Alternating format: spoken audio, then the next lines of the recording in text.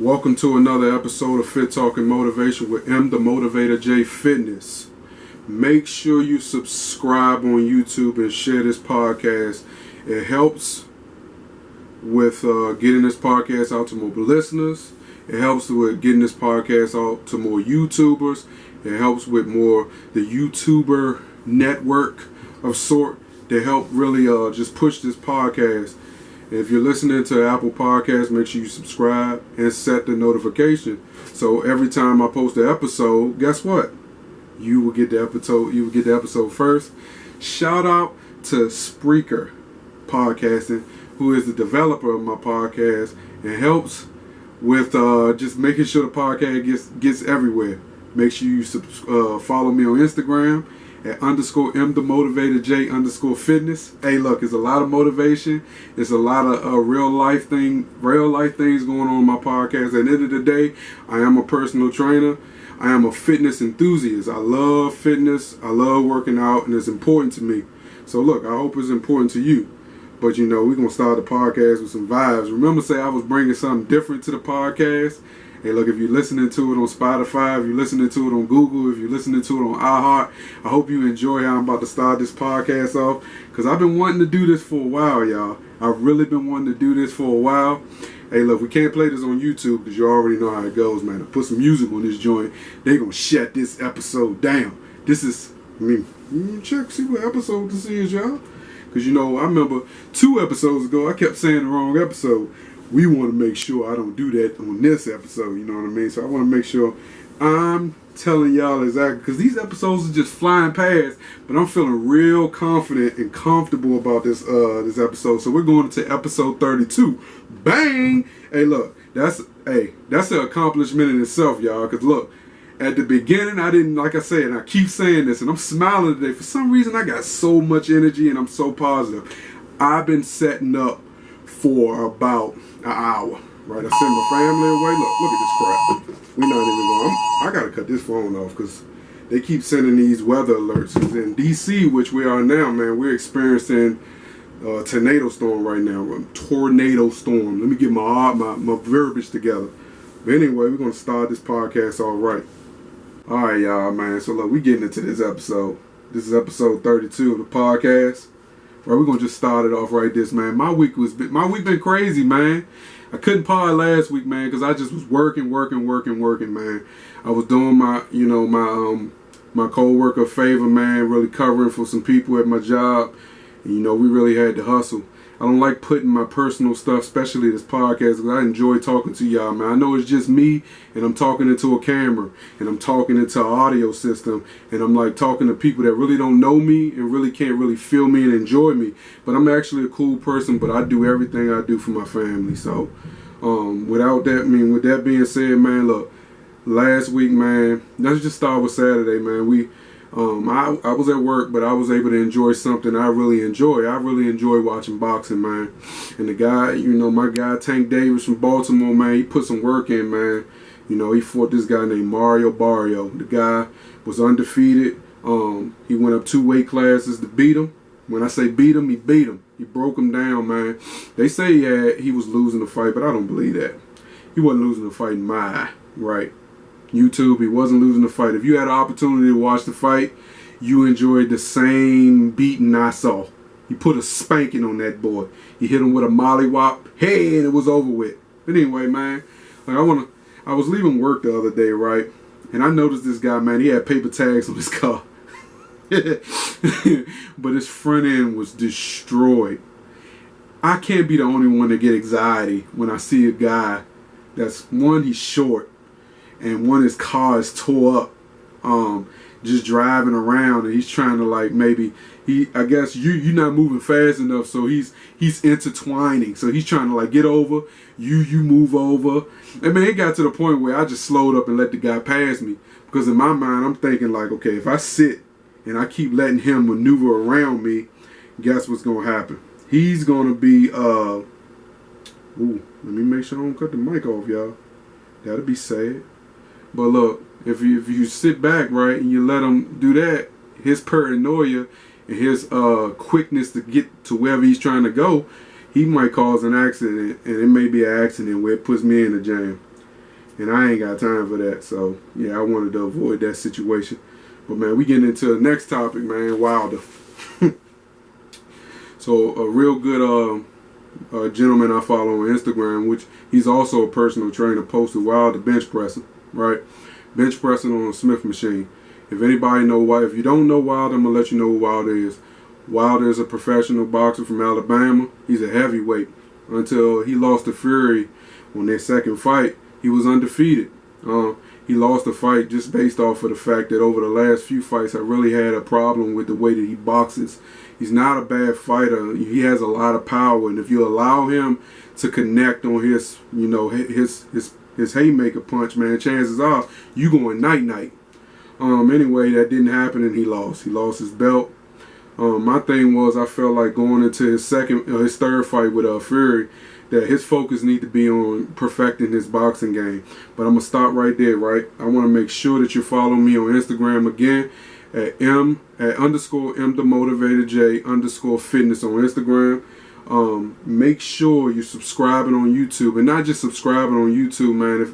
If I got 10 people that follow me on YouTube and subscribing and watching consistently on YouTube, what you can do for me is you can share it with one friend. That goes from 10 to 20. Just do it. It doesn't cost you anything, man. Look, if you're not even going to watch the podcast or listen to the podcast, at least subscribe. You know, we got the streaming, streaming sites is Spotify, Google, iHeart, Apple Podcasts. Make sure you subscribing on those various podcast platforms, because what that does is it gets my message out there. And I have a positive message, man, and it's a real good positive message. But back into Wilder, man. I sat back and I saw him bench pressing. That's one of the things, man, I worked over the last few years is, man, perfecting my bench press, knowing my range. If you're listening to this podcast right now on any of those various streaming sites, please go over to YouTube, and I'm going to show you exactly on YouTube. I'm going to post in whatever corner, man. Maybe this corner, that corner, or this corner, that corner. But I'm going to post so you can see exactly what I'm talking about. And if Wilder was to get an opportunity to watch my YouTube, I want you to understand, Wilder, I am not making fun of you. This is not a joke. I do not play when it comes to working out. And I hate folks that have the eye of millions of people that's out here putting out a bad message, bad energy, man, where I look at it like, man, and that's gonna take me into another topic I talked about earlier in the podcast, man. I talked about the guys with that ego in the gym and just ego in general. I think when you get to a certain level in your life, right, where you experience a certain amount of success, it sometimes takes away from your ability to be positive, your ability to be, not positive, that's not the word I want to use, but your ability to take criticism and understand when you're doing right and when you're doing wrong. And I think in that situation, when you got a lot of yes people around you, they're not correcting you on your wrongs. And that's my problem with the way he fired the trainer that threw the towel in on him in the situation, the last fight he was fighting with Fury, because that was one of the guys I think was a no man, but the guy that was going to give you the honest, hard truth. And I think that's where, in that situation in the gym where he was bench pressing and he looked a damn mess. I'm going to say it right here. You looked it like shit. The level, dude, you are at least 225 pounds. And you struggled to lift, it looked like 175. Come on, my G. And then you jumped up as if like you don't accomplish like a championship on a bench press. Man, that's embarrassing, dog. And the funny part about it is that's not the first embarrassing video he's posted on anything, his Instagram. And, people like to recycle stuff and they re-promote BS. That's crap, dog. Like, you got to be better, man. Because right in that situation, I seen that situation a couple of months ago when a guy was training with a bodybuilder and he tore his goddamn bicep, his pectoral muscle, not perfecting his form.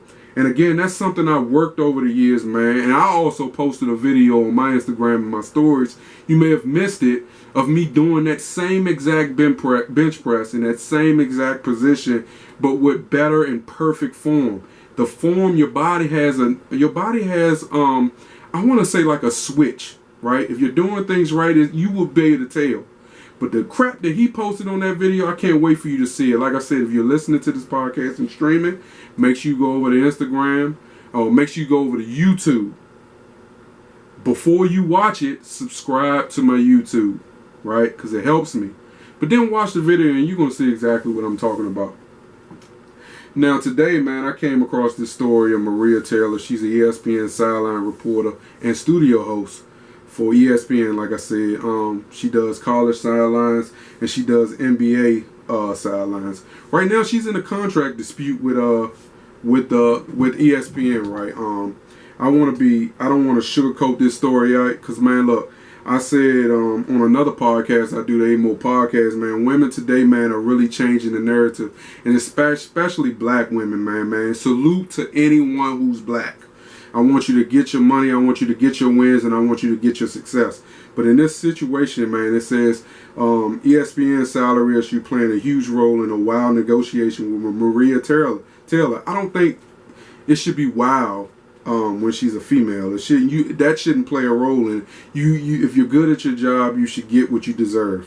So here's how it goes. It says no secret that ESPN has made big efforts over the past year to avoid handing out massive contracts.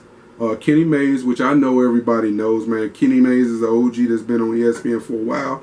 And again, I'm not playing the race card. He's white and she's black. But anyway, Kenny Mays was asked to take a 61% pay cut.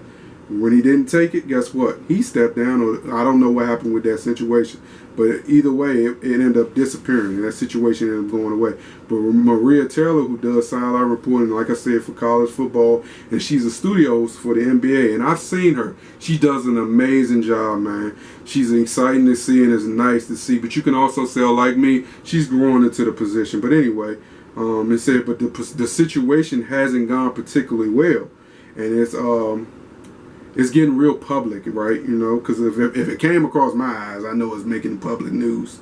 It said ESPN offered Taylor nearly $5 million per year, right? Up from her salary that was $1 million per year. Now, come on now, $1 million for me, and I think sometimes this is where black people go astray. When is enough enough? You know what I mean? That's all I'm saying. And I'm not hating on her, but again, when's enough enough? It said the report $1 million a year, but doing negotiations last year. But she turned it down, like I said, the offer, because she wants to get Stephen A type of money. She wants to get up in his territory of money, and Stephen A makes $8 million a year. Now, while they are cutting costs during the pandemic, ESPN has offered Taylor a deal in the $2 million to $3 million range. Now, see, like, that's a difference. So, like, you know, when you going into negotiations, because even in my job, I'm not near these millions, man. You know, I put a number out there, they counter off it, right? If they counter off it, they feel they feel like you bring something to the table, right? And so my job counter offer, they didn't go down from what I asked. They didn't go down too far from what I asked, but again, I didn't get what I asked. I got close to what I asked for. So SI Media Podcast was talking about it, and they noticed the big topic in recent episodes. You know, in recent episodes, they had this big topic. Say ESPN isn't so bad, and media people can carve out a very successful career. So look, what they're saying is, chances are, man, she's, if she don't get her way, she's gonna walk away. And what I have been noticing it from Jamel Hill, from Curry Champion, and the list goes on and on for people who left ESPN, either went to another sports outlet or somewhere else. They've done pretty well. I mean, you got Skip, you got, like I said, you got Curry, you got Jamel Hill. Said Taylor turned down a salary close to $3 million from ESPN to go out on her own. Obviously, other networks that carry sports, CBS, Fox, NBC, will be more than interested in bringing Taylor on to the fold. But it's not likely those networks will get her salary at $8 million range, right? So, like,